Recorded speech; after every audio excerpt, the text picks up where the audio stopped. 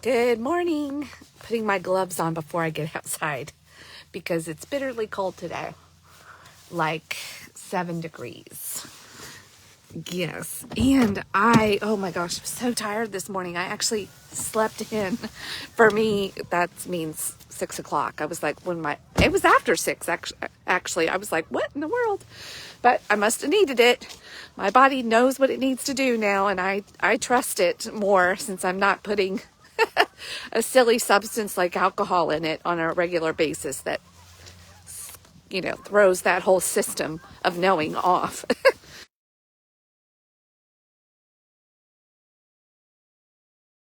little bit different perspective today and a little different spot because I was just caught by the, I can zoom.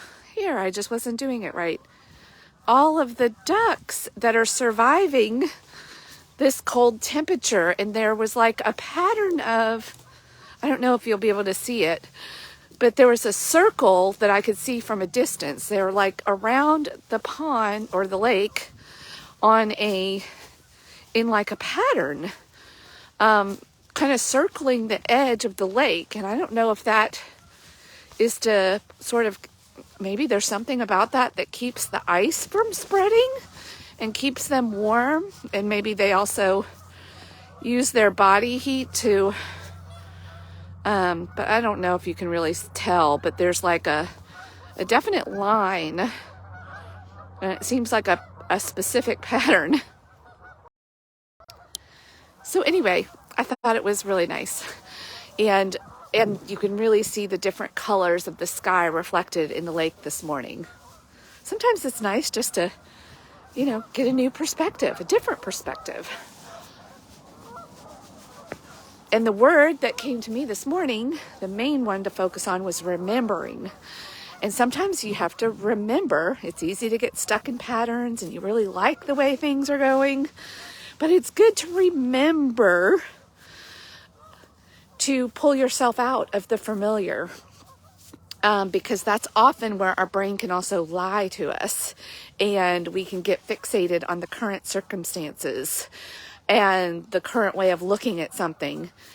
And we've got to remember to shift that, reframe it, zoom out, and maybe even take an inventory of, prior times to remember it's not always going to be this way. So if you're not in a good place, or maybe even if you are in a good place, don't get too comfortable there either. Because if there's one thing that's guaranteed to change, it's change. Like life is ever flowing and changing. And, just continuing on with the theme for the last couple of days of even that change itself is a process. Complacency, the trap of complacency. So I decided to not be complacent today and go to the same spot, to go to a different place and get a new perspective and a place to maybe even remember. I was doing a lot of remembering in my prayer time this morning. And for those of you that don't know me yet, or finding me, like whenever this happens to cross your path, right now it's January 26th of the year 2022. And, you may be watching this 5 years from now. I don't know. Or in May or in the summer when it's like, wow, it's 7 degrees. I wish I had 7 degrees. It's 80 here. This might help you remember. Anyway, I have a daughter that has a very rare autoimmune condition. I hope you guys can hear me over the racket of these geese and ducks and birds. But she has a very rare autoimmune condition called alopecia areata. And she has no hair. And it was a process. Even that was a process. It started off with just small patches when she was about, I think she was 8, sort of close to being 9. And by the time she hit middle school, completely bald. So this was like started in 3rd grade. And then by 5th grade, it was gone. And so as a mama, you can imagine that, and my husband too, we had a lot of concerns. There was a lot of fear, like, how are kids going to react to her? She didn't want to wear a wig. She was very comfortable with who she is. The problem was often me, and still is sometimes, because all I can sometimes remember is the fear, or that my mind wants to say, well, what if, and constantly worrying about her going on into adulthood. Even though I'm a part of support groups, I know a lot of women, adult women with alopecia. Like, I've done all the things to help me stay in a place of not having fear, but it still gets the best of me. And I really find myself trying to protect her or project some things in her future, and think that it's all my burden to bear also as a mama. Like, I'm responsible for her and her experience of life. And if anybody hurts her, or if they had a bad experience, she had a bad experience with somebody, maybe looking at her differently or noticing. I mean, it's hard not to notice a bald woman out in the world. And people aren't, most of the time, 99% of the time, people are just, they're just noticing because they have eyeballs.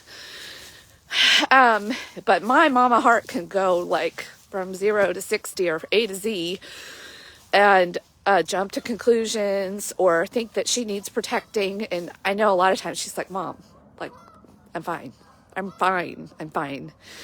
And she will be fine. God gave this young woman, a personality like I have never dealt with before. She is strong. She is opinionated. She did not get people pleasing. She did not inherit my disease to please. Thank God. And that is really what I want to talk about today. Not just remembering, but thanking God in all that you remember. Really zoom out and remember his provision.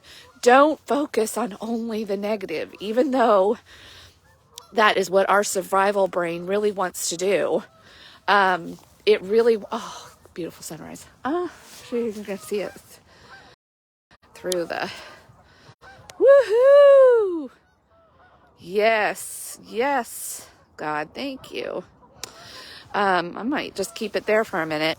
And then all of these geese, there's even a few swan there, are right now, that's all the noise they're making. They're going, thank you, God, thank you for bringing warmth. We've been really cold all night. We need the sun.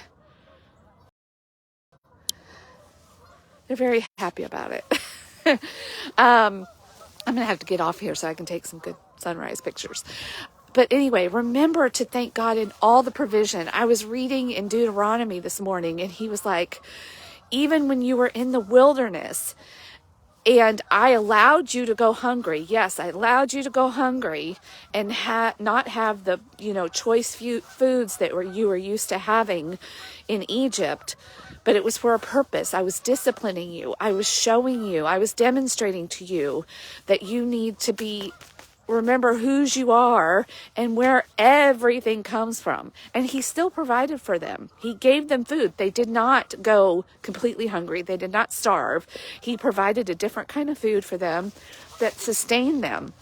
And the other thing, and this will probably be my quote that I'll focus on and write about today, is that he said, and remember, for 40 years, your clothes didn't wear out. Your feet did not blister.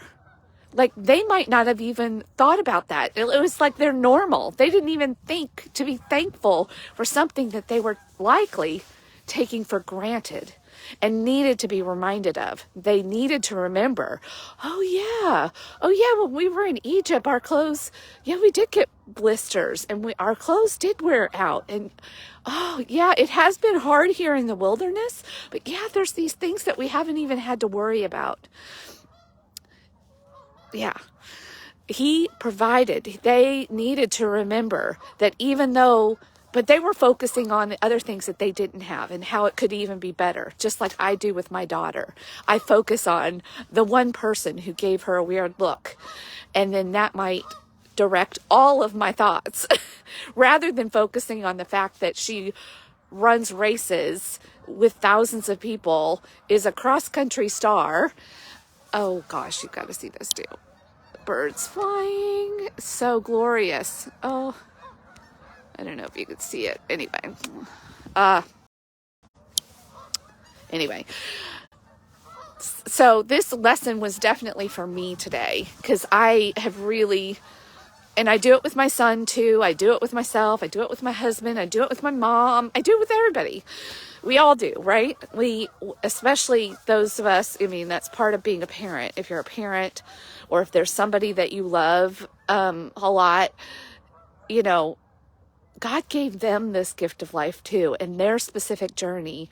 And we all have things. That's what and God provides. I need to remember that. I'm going to make myself cry. So I'm going to go and leave that with you.